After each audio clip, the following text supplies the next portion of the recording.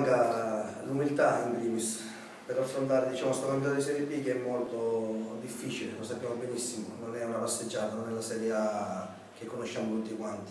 Già abbiamo avuto riprova con il Perugia stesso, neopromosso, che ha fatto 6 punti con Bologna e Bari.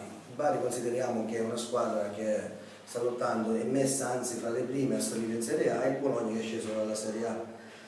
Manca a fare apposta, domenica prossima ci sarà lo scondetto con la capolista, che un mese possiamo chiamarla capolista ridendo.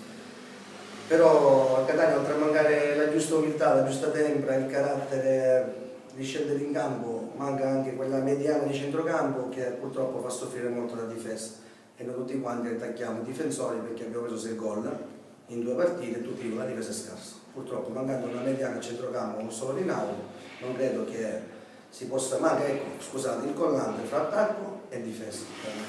Per quanto riguarda Pellegrino, posso dire che Pellegrino per me, non sono un allenatore, sono un tifoso, spero di ricredermi, però per me non è la persona giusta per il tipo di campionato che stiamo andando ad incontrare e che già stiamo vedendo che ci sta penalizzando abbastanza. Stop.